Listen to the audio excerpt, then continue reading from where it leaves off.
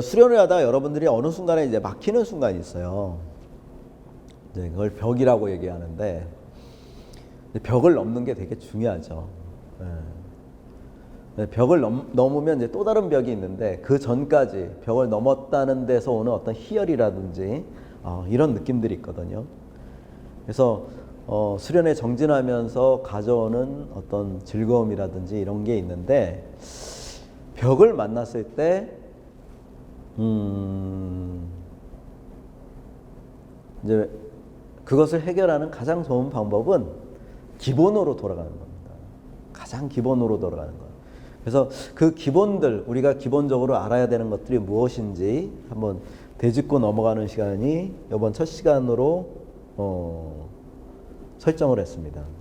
이거는 제가 우연히 광내역 선생님의 그 단톡방에 들어가 가지고 보니까 광내역 선생님이 수업을 하시기 전에 쭉 정리해야 될 내용들 뭐 이런 것들을 갖다가 올려놓으셨더라고요.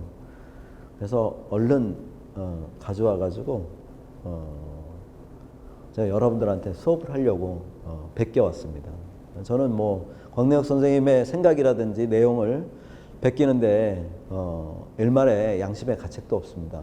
왜 그러냐면 제가 미리 수업을 하기 전에 여러분들한테 말씀을 드렸죠. 제가 하는 모든 수업의 내용과 내가 하는 생각 이런 것들은 다 곽 선생님이 가지고 있는 그런 생각들을 옮기는 그런 역할을 제가 한다고. 그래서 저는 생산자가 아니라 유통자입니다.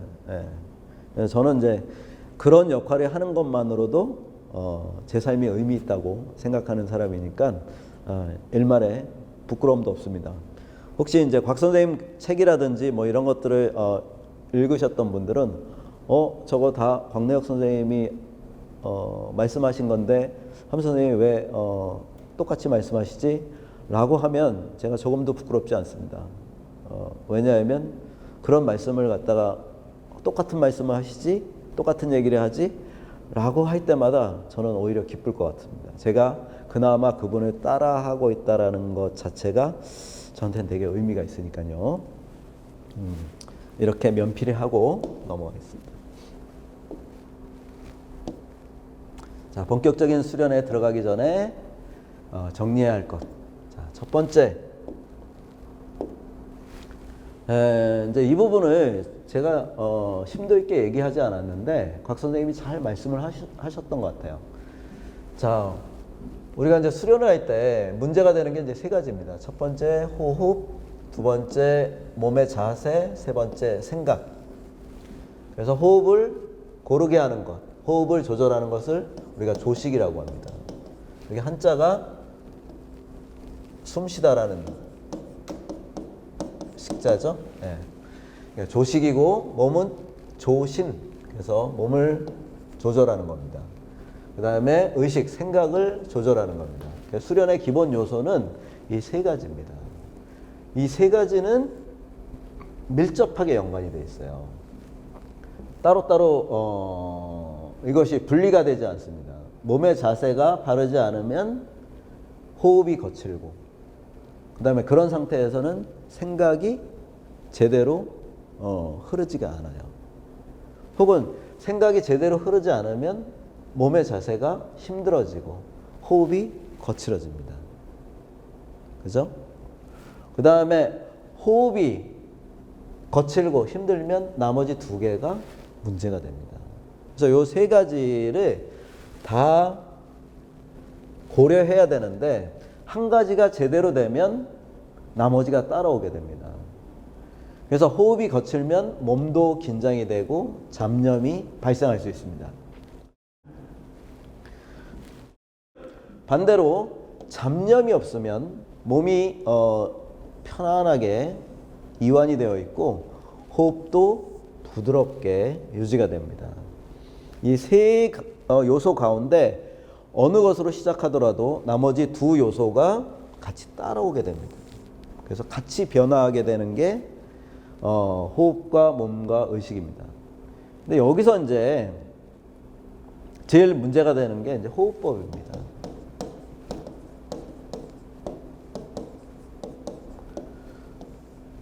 그래서 누가 수련회 한다, 명상 수련회 한다라고 하면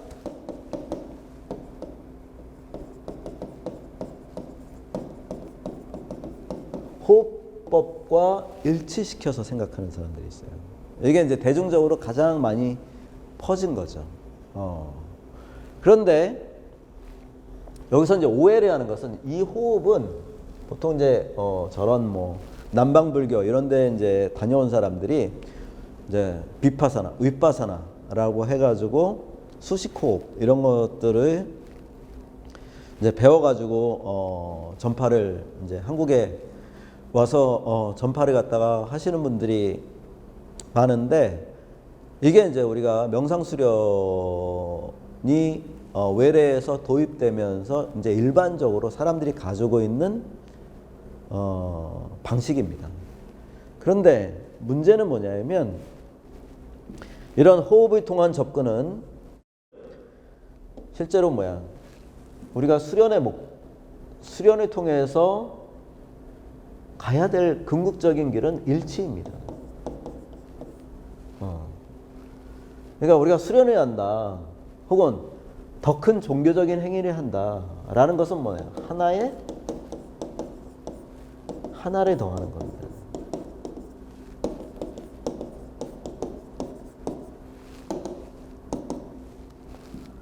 여기서 하나는 뭐예요? 더 큰 존재죠.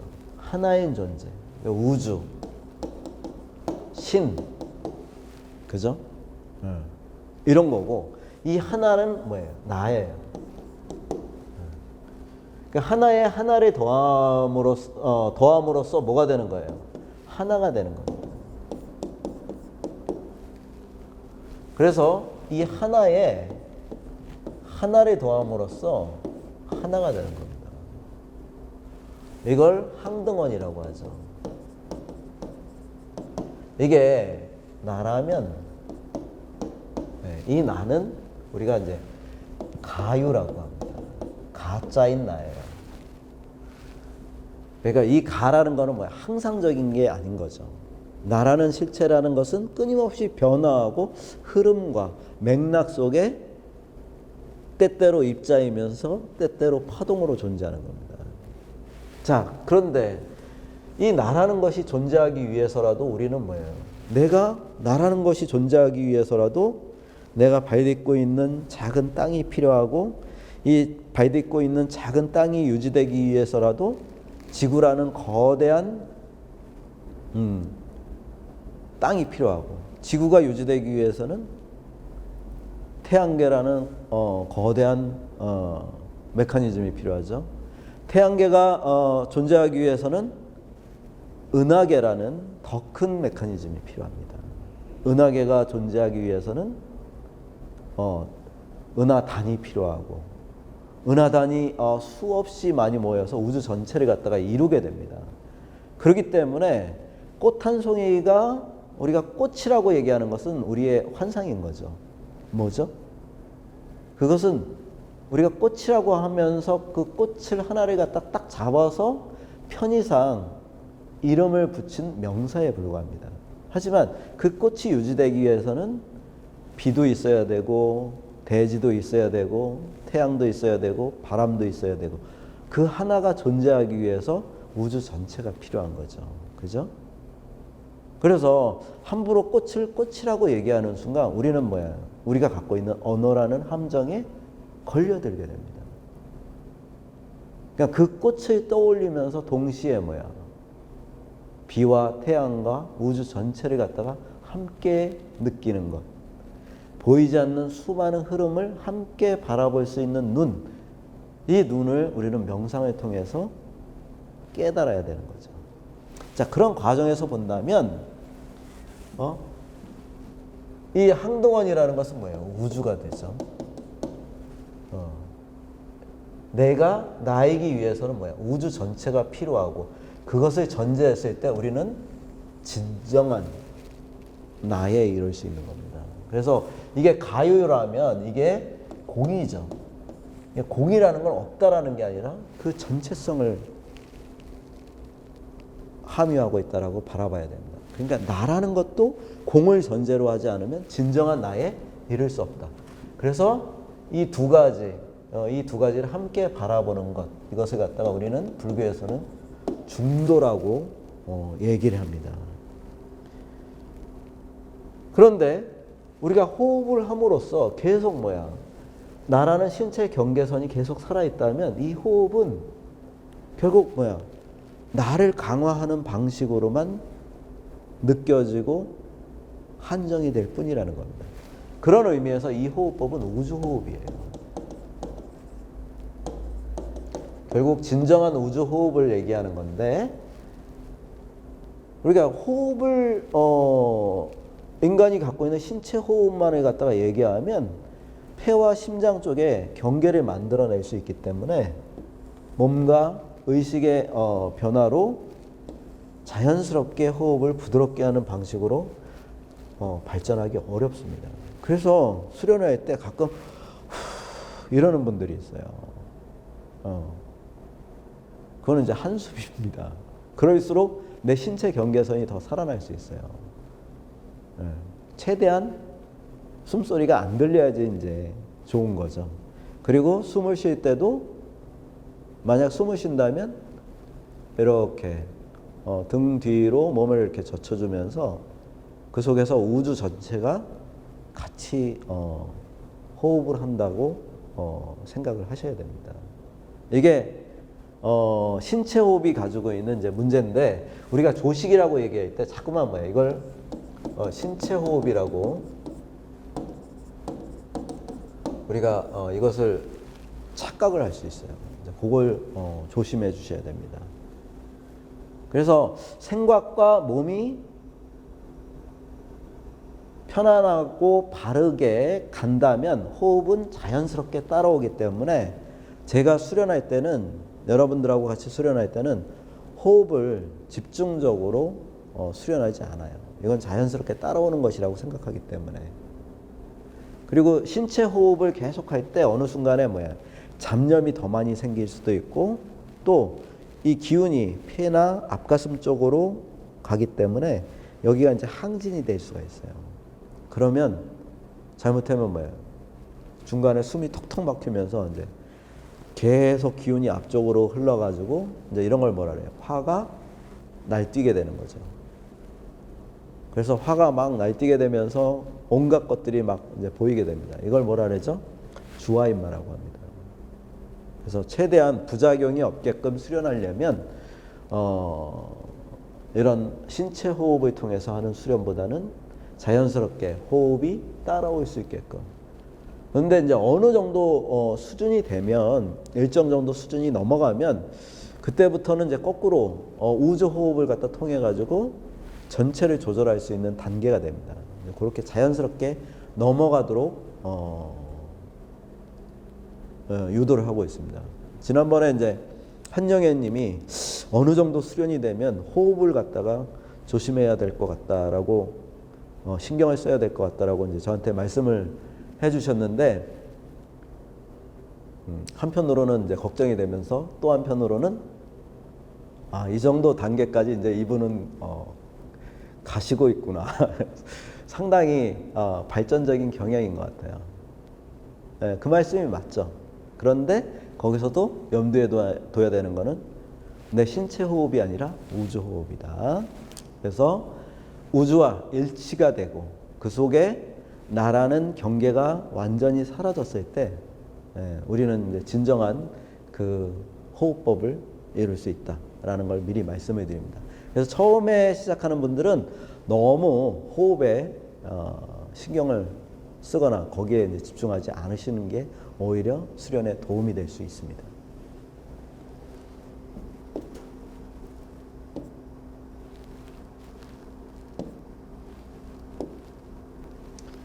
자, 전공의 자세. 전공의 반대는 뭐죠? 동공이겠죠. 전공은 이제 우리가 이제 앉아서 보통 몸을 움직이지 않고 하는 수련인데, 이 전공을 할 때 의자를 이용할 수도 있어요. 그 다음에 결과부자를 할 수도 있어요. 그 다음에 반가부자를 할 수도 있어요. 이거에 너무 이렇게 신경을 쓰지 마세요. 처음에 여기 너무 아픈데 억지로 참고 이제 하게 되면 그 부분이 계속 신경이 쓰여가지고 내 신체에 집중을 하게 됩니다. 그럼 문제가 될 수 있거든요. 그래서 처음에는 이 결가부자라든지 반가부자가 힘든 이유는 내 몸의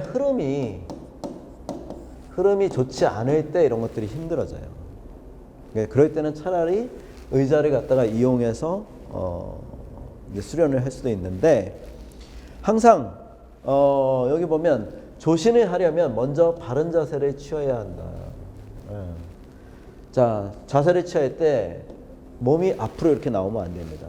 귀와 어깨가 이렇게 어깨가 일치되고, 그죠? 일치되도록 척추를 바로 세우는데 경추와 이 목뼈와 요추는 항상 뭐야? C자형. 이렇게 C자형의 자세를 갖다가 취해야 됩니다. 처음에는 요 자세를 이루는 것만으로도 되게 힘이 들어요. 왜 힘이 드냐면 이것을 내 힘으로 한다 이렇게 되는 순간 뭐야? 문제가 됩니다.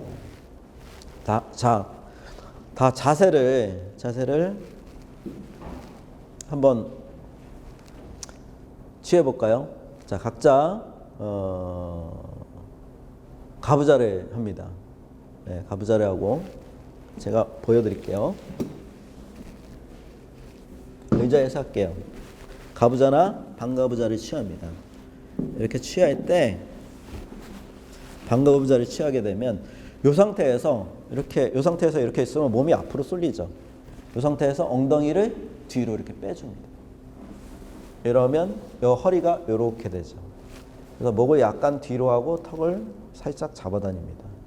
이 상태에서 그래서 귀하고 어깨하고 일직선이 되도록 이렇게 잡고 이렇게 하지 마세요.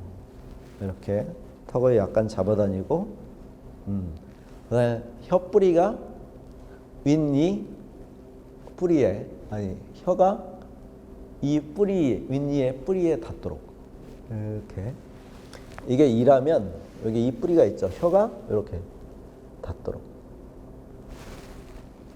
하고 이 자세에서 이제 엉덩이를 뒤로 빼주면 허리가 이렇게 세워집니다. 이 상태에서 이제 좀 힘들면 방석을 뒤를 살짝 높이세요. 엉덩이 쪽을 높여가지고 앉으시면 바른 자세에 도달할 수 있습니다. 한번 해볼까요? 자, 이 상태에서 엉덩이를 뒤로 빼고 편안하게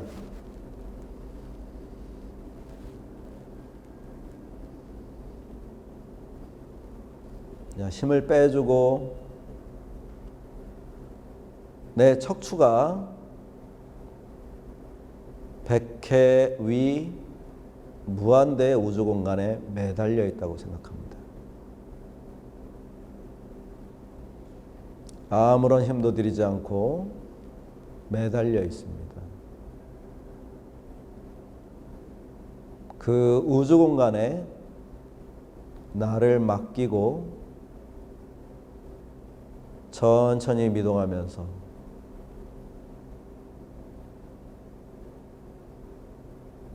좌우 등 뒤 앉은 자리 아래 무한한 우주 공간이 열려 있다고 생각합니다.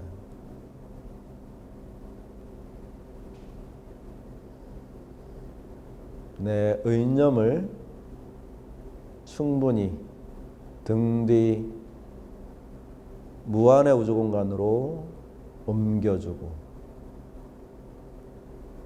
그곳에서 여기 있는 나를 바라다 봅니다.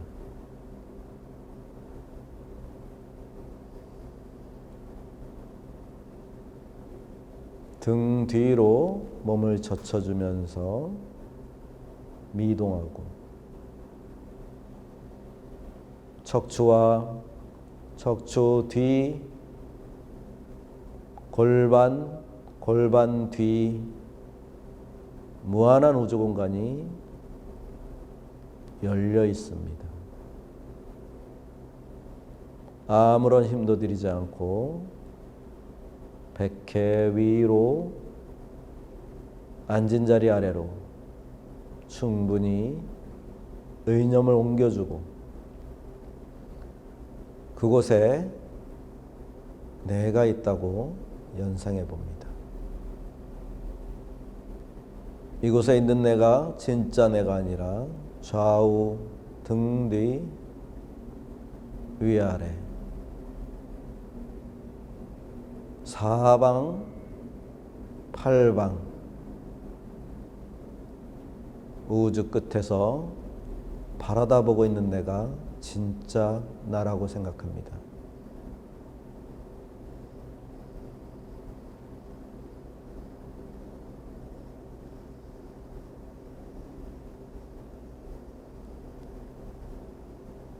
자, 이 상태에서 내가 힘을 꽉 주고 이렇게 있어도 유지가 됩니다. 그러면 어느 순간에 몸이 긴장이 되잖아요. 그러면 힘이 들어가는 순간에 그곳에 기의 소통이 일어나지 않게 됩니다. 그럼 어떻게 해야 되는가? 이 자세를 유지하기 위해서는, 그러기 위해서는 내가 매달려 있다고 생각해야 돼요. 그래서 무한한 우주 공간에 마치 동아줄처럼 백회가 이렇게 매달려서 그곳에서 이렇게 추처럼 이렇게 미동하고 있다고 연상을 하면서 힘을 빼줘야지 그 다음에 이제 이 자세가 정자가 유지가 되는 겁니다. 그러니까 이걸 억지로 힘으로 유지하려고 하면 소통이 안 되니까 냉기가 내려오다가 다리에서 멈춰버리죠. 그래서 여기가 막 저려오고 이렇게 됩니다. 그래서 연상을 할 때 이 아래가 쭉 열려 있다고 생각하고 그래서 마치 깊은 바닷물 속에 바닷물의 부력으로 내가 떠 있다라고 이렇게 연상을 해 주시는 겁니다.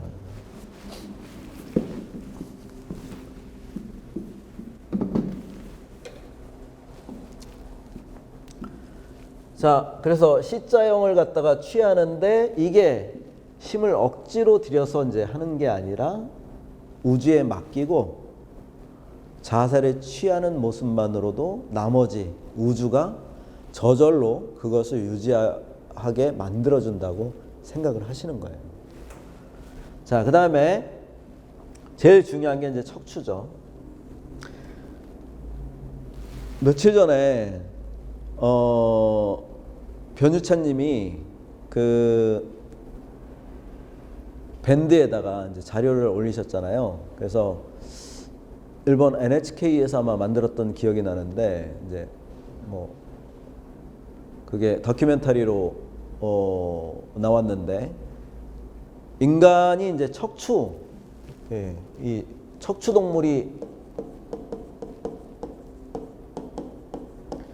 동물이 나온 이유를 이 바닷속에 있는 바다에서 이제 척추 동물이 육지로 이제 올라오잖아요. 올라올 때 이 척추가 칼슘을 유지하기 위해 가지고 척추를 만들었다라고 이제 다큐멘터리에서 나오는데 바로 이제 이 척추에 뭐라고 표현을 했냐면 바다를 담았다. 그래서 인간이 계속해서 필수적인 어떤 요소인 그 미네랄인 그 칼슘을 계속 먹지 않아도 인간이 생존할 수 있게끔 척추를 만들었다라고 다큐멘터리에 이제 나오더라고요. 예전에 봤는데 다시 보니까 너무 새롭더라고요. 사실은 그 얘기가 맞는 거라고 생각하거든요. 바다를 담았다. 아울러 이 척추야말로 가장 중요한 이제 우리 신체의 가장 중요한 부분이죠. 척추를 세우는 것만으로도 압전 효과가 나타납니다. 그래서 척추에 힘이 들어가면 척추 마디마디가 이렇게 되면서 여기서 장이 이제 발생하게 됩니다.